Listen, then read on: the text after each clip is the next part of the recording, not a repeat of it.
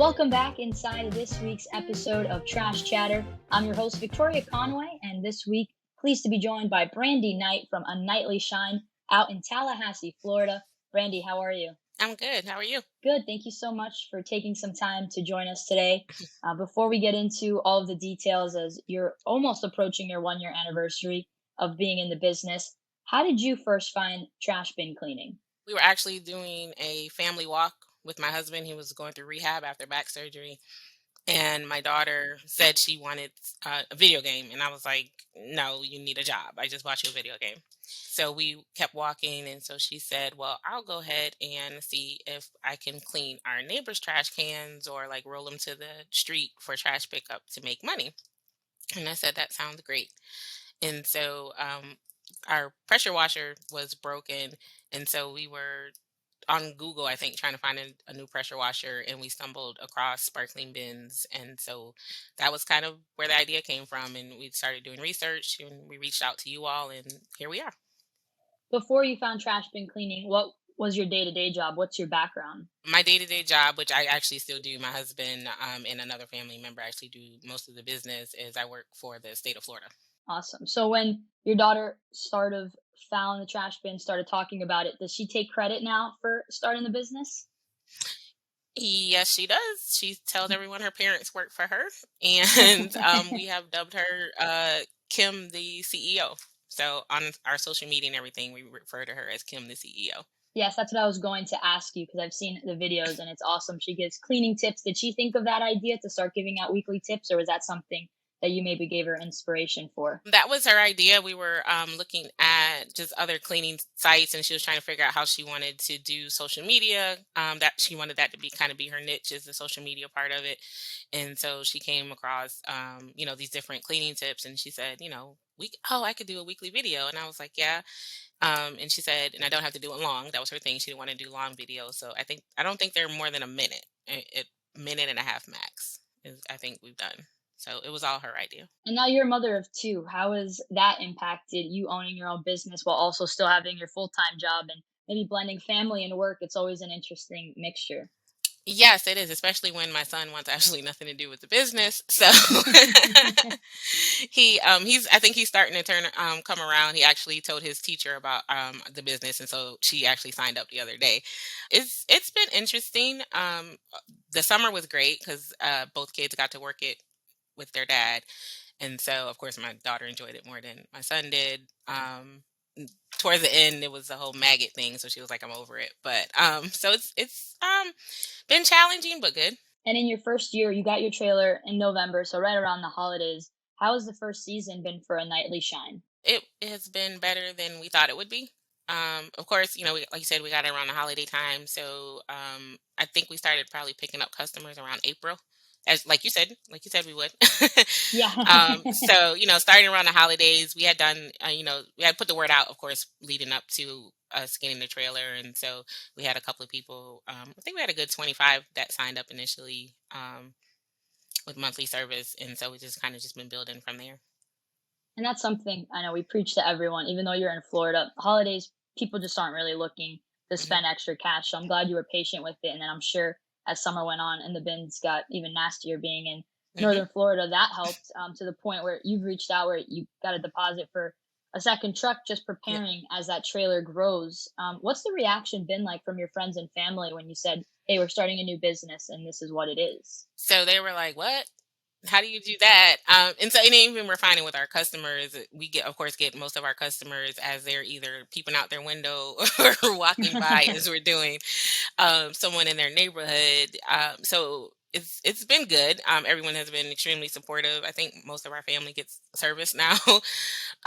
So it's been great. But and of course, like you said, as people learn more about it, is where the customers come in. Have you found that word of mouth has been popular for you guys, or what marketing tool do you think's brought you the best success?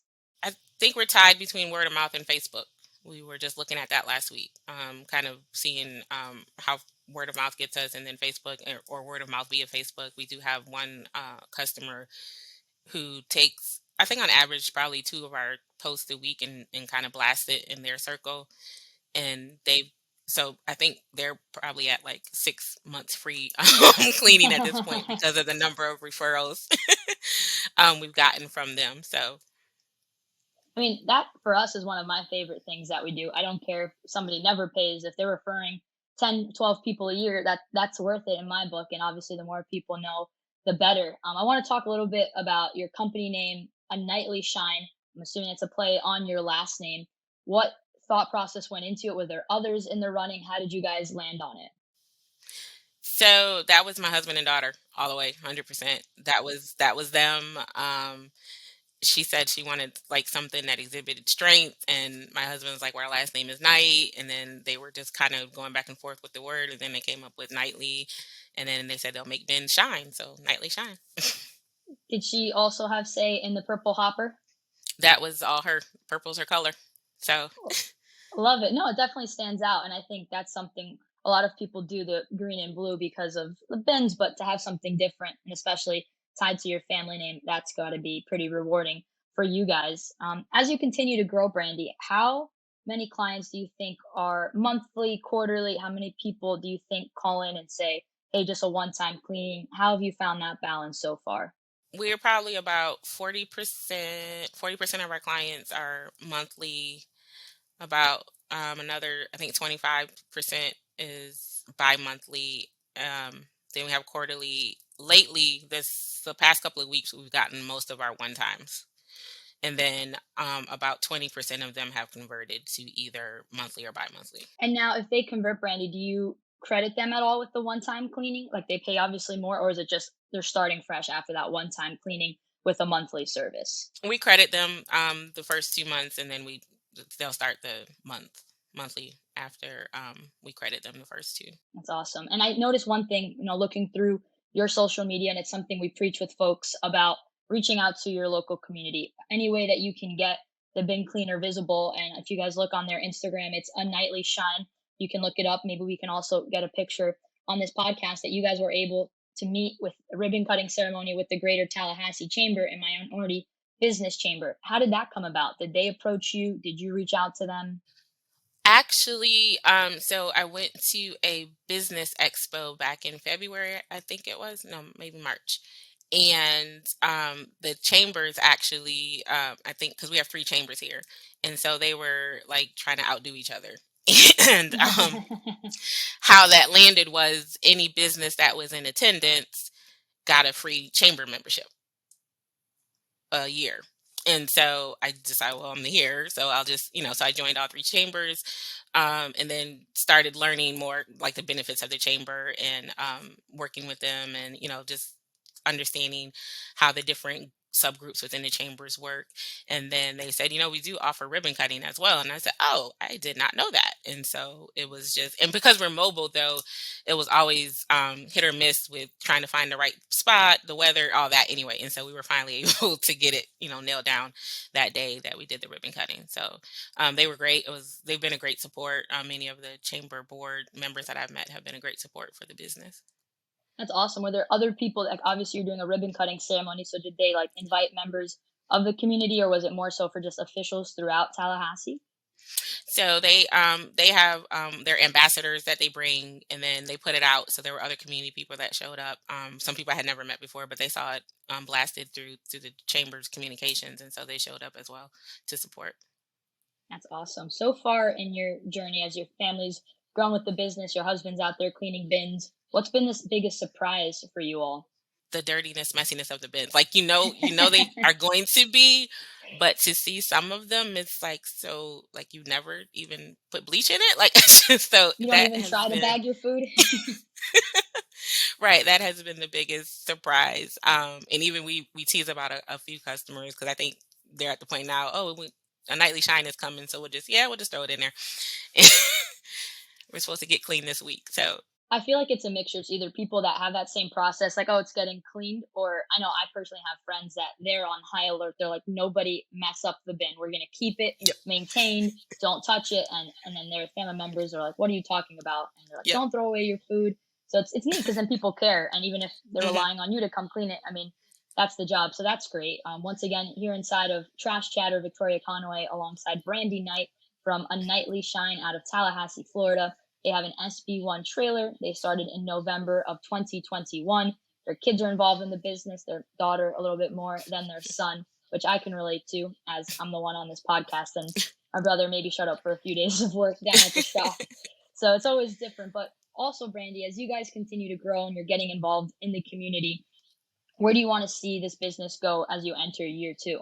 Definitely want to hire on. We have been talking with our sheriff here, who's runs a great reentry program, and talking about what that would look like for returning citizens, returning residents here, as a nightly shine being a place, a business that they could potentially work to help get reacclimated to society and so on. So we've been in communication with that program at our local sheriff's department to talk about projections for 2023 and what that would look like.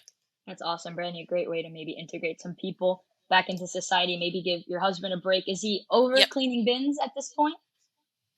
Yes. But I think it's because of the summertime. He's like, in the Yes. fall, he may feel a little bit better. It's just, summer maggots, heat. It's just, yeah. That's what we tell people. They come on and they drive, before we hire somebody, we have them do some trials because it's not for everyone. It's something that it's definitely a dirty job. So hopefully now as it gets a little bit cooler in Florida, he can enjoy it a little bit more. Has he found, as he shared with you at least, that people approach him a lot when he's out cleaning bins? Yes, they do. They approach him or they sneak videos because I've seen videos on social media that he didn't realize he was in. People just think it's interesting and cool, and so they often stop him, especially if he comes across the trash guys on trash pickup day. They stop and talk to him. Well, what's this? And so it's been interesting. I like the videos. There's an Instagram account for our county called Only in Dade, and they post either people fighting in traffic or people. And Mhm. one time we showed up on there way back when my dad was cleaning bins, and it blew up. So it's always good, even if it's positive or negative publicity. So that's neat that he's approached by some people.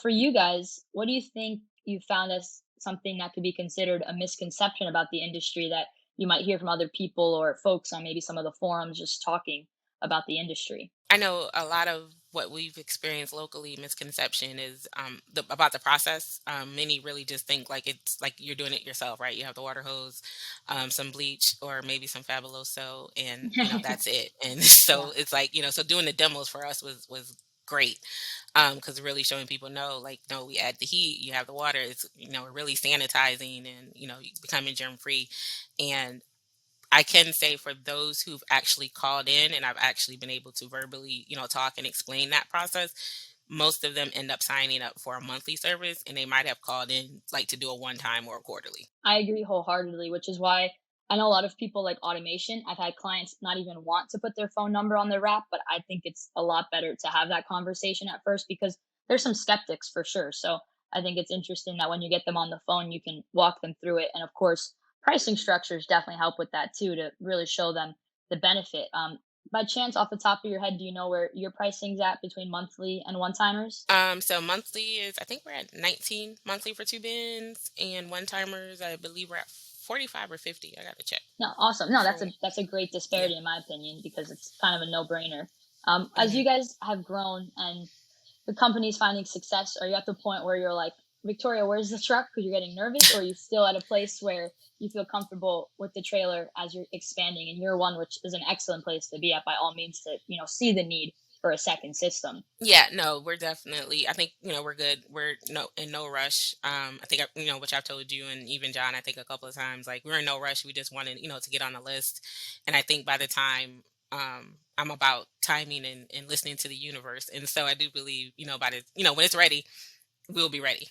So I have no qualms about that at all. So Yeah, I know when we first met, you had some issues pop up where you couldn't get started right away. And I remember you told me back then, you're like, I'm a big believer in it, even when we had delays, that, the timing kind of all works out. And I'm like that too. So that was very much appreciated from our end as you waited for the trailer patiently. And I'm glad so far it's been off to a great start.